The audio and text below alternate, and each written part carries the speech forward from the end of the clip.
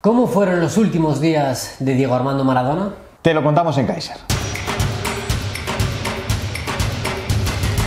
Bienvenidos a un nuevo vídeo de Kaiser, bienvenido Diego Campoy, ¿cómo estás? Muy bien, instrumento nuevo hoy porque tenemos un tema muy interesante que comentar. Sí, porque Spotify ha publicado una serie documental en la que narran cómo fueron los últimos días de Diego Armando Maradona. Nos ha parecido especialmente chulo el primer episodio y os vamos a contar un poco los entresijos. Cuentan con la narración de Jorge Valdano, que fue compañero de Maradona en el Mundial 82, obviamente el Mundial 86, acuérdate de aquel gol con la mano de Dios contra Inglaterra en cuartos de final, y también el gol del siglo en ese mismo partido. Pues Valdano estuvo allí en ese mismo partido y es un narrador de lujo, porque además es un tío que habla bastante bien, y así cuenta él el momento en el que se entera de la noticia. Me interrumpió una llamada telefónica del director de deportes del diario El País, en la que me adelantaba una sospecha, que Diego Maradona había muerto. Impacta mucho escuchar a Valdano en un tono tan distinto al que estamos acostumbrados a oírle, porque él comenta partidos de fútbol en la televisión de España. De hecho, ese mismo día, el día que fallece Maradona, iba a comentar un partido y le preguntan por Diego, por la relación que tenía con él y por todos los momentos que habían vivido juntos. Se emociona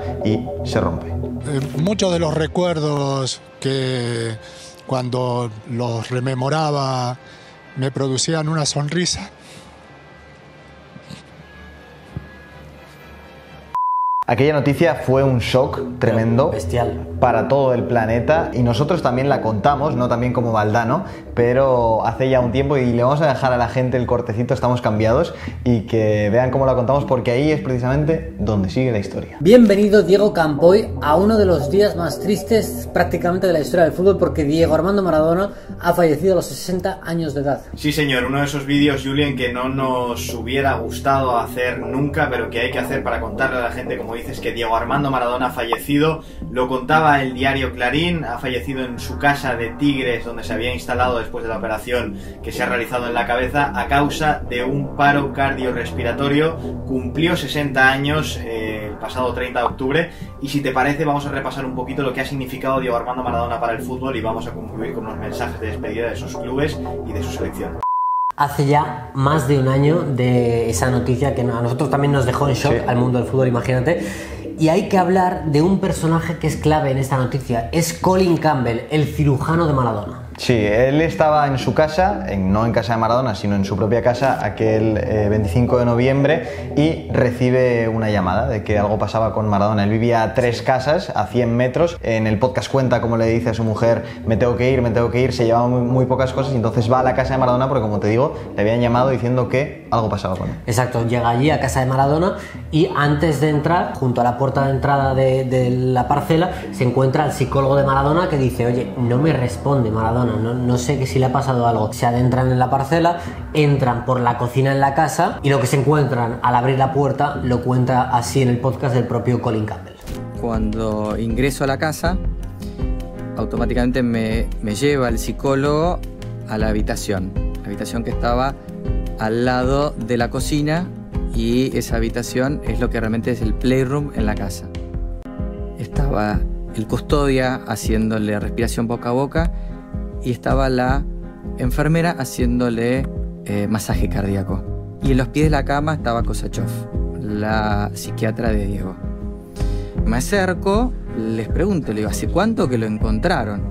¿Cuándo lo habían visto la última vez? Le dicen que Diego se había levantado temprano, que había desayunado y se había acostado a dormir otra vez. Hacía un rato habían ido a despertarlo, pero no reaccionaba. Colin se acercó a Diego. Me acerco a tomarle los signos vitales, y ya al tocarlo tenía un sudor frío, ese sudor característico de una persona que estaba sin vida hace más de 2-3 horas. Tremendo, tremenda la noticia. Es en ese momento cuando dicen: vamos a llamar a una ambulancia. Empiezan a llegar ambulancias una detrás de otra. Maradona, es cierto que ya había estado en otras ocasiones en situaciones bastante críticas. Es una persona que tampoco se ha cuidado mucho, que ha tenido problemas de salud y que lo ha pasado bastante mal, pero esta sí era la definitiva. Diego Armando Maradona había muerto. Y ahora llegaba un momento difícil porque solo la gente que estaba allí lo sabía, entonces era el momento de que todo el mundo se enterase de una noticia que era difícil de contar. Y es aquí cuando entra en juego una de las voces también que merece muchísimo la pena escuchar, que es la de Mariano Berrina, periodista de Clarín, que fue quien dio la exclusiva. Sí, él era la conexión entre el diario Clarín, que es uno de los medios más importantes de Argentina, y el entorno de Diego Armando Maradona. Su fuente cercana a Diego le iba mandando mensajes y contando a tiempo real cómo se encontraba Diego Armando Maradona. Y así cuenta el momento en el que recibe el mensaje clave. Hasta que llega un mensaje que yo no me voy a olvidar más, de esta fuente cercana a Diego, con una sola palabra, y esa palabra era murió. Imagínate el momento en el que un periodista recibe un mensaje que es una noticia que va a impactar al mundo entero. Y además de una fuente que él considera muy fiable y dice... ¡Buah! Sí, señor. Entonces, en ese momento, Mariano Berrina tenía la oportunidad o la responsabilidad, mejor dicho, de contar una noticia que, como te digo, mucha gente no quería leer, porque Maradona había trascendido más allá del fútbol, sobre todo a todo el pueblo argentino, como un personaje al que se le quiere muchísimo, ¿no? Sí, él tenía esa responsabilidad de contar la noticia y no hacerlo de cualquier manera, sino hacerlo bien y cuanto antes, porque era una exclusiva a nivel mundial de la que se iban a hacer eco todos los grandes de comunicación.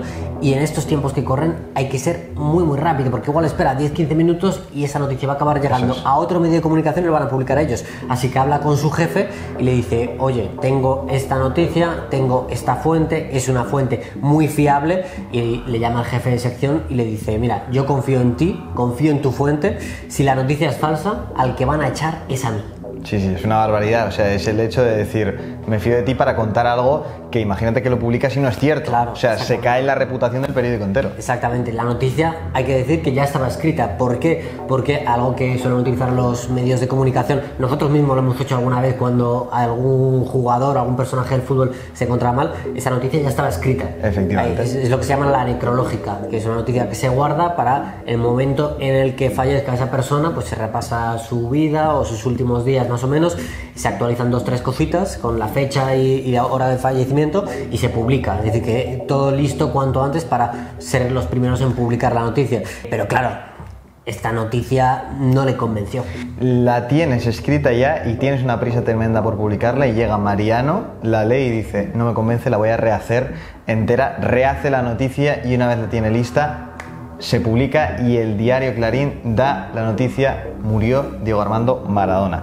Y Valdano lo recuerda así. Yo recuerdo haberlo leído en la web de Clarín. En la página principal aparecía una foto enorme de la cara de Diego en primer plano. Llevaba una gorra en la cabeza y miraba a cámara mientras sonreía. Tenía levantado el brazo derecho y parecía como si estuviese saludando al lector.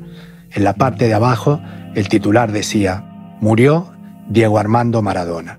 A partir de ese momento, todos los medios de comunicación se empiezan a hacer eco de esa exclusiva mundial del diario Clarín, pero claro, Maradona es un personaje que es muy importante más allá del fútbol, que trasciende el fútbol, y no solo para un país, sino para gran parte del mundo del fútbol.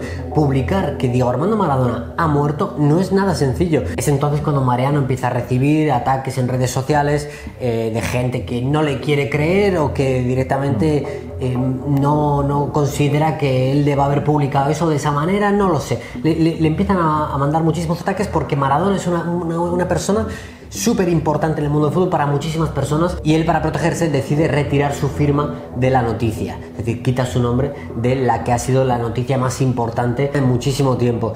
La noticia ya había dado la vuelta al mundo, el shock mundial había sido tremendo. Era tremendo, como dices, y una de las cosas que también me gusta mucho es que se repasan algunos episodios de la vida de Maradona para entender precisamente esos últimos días.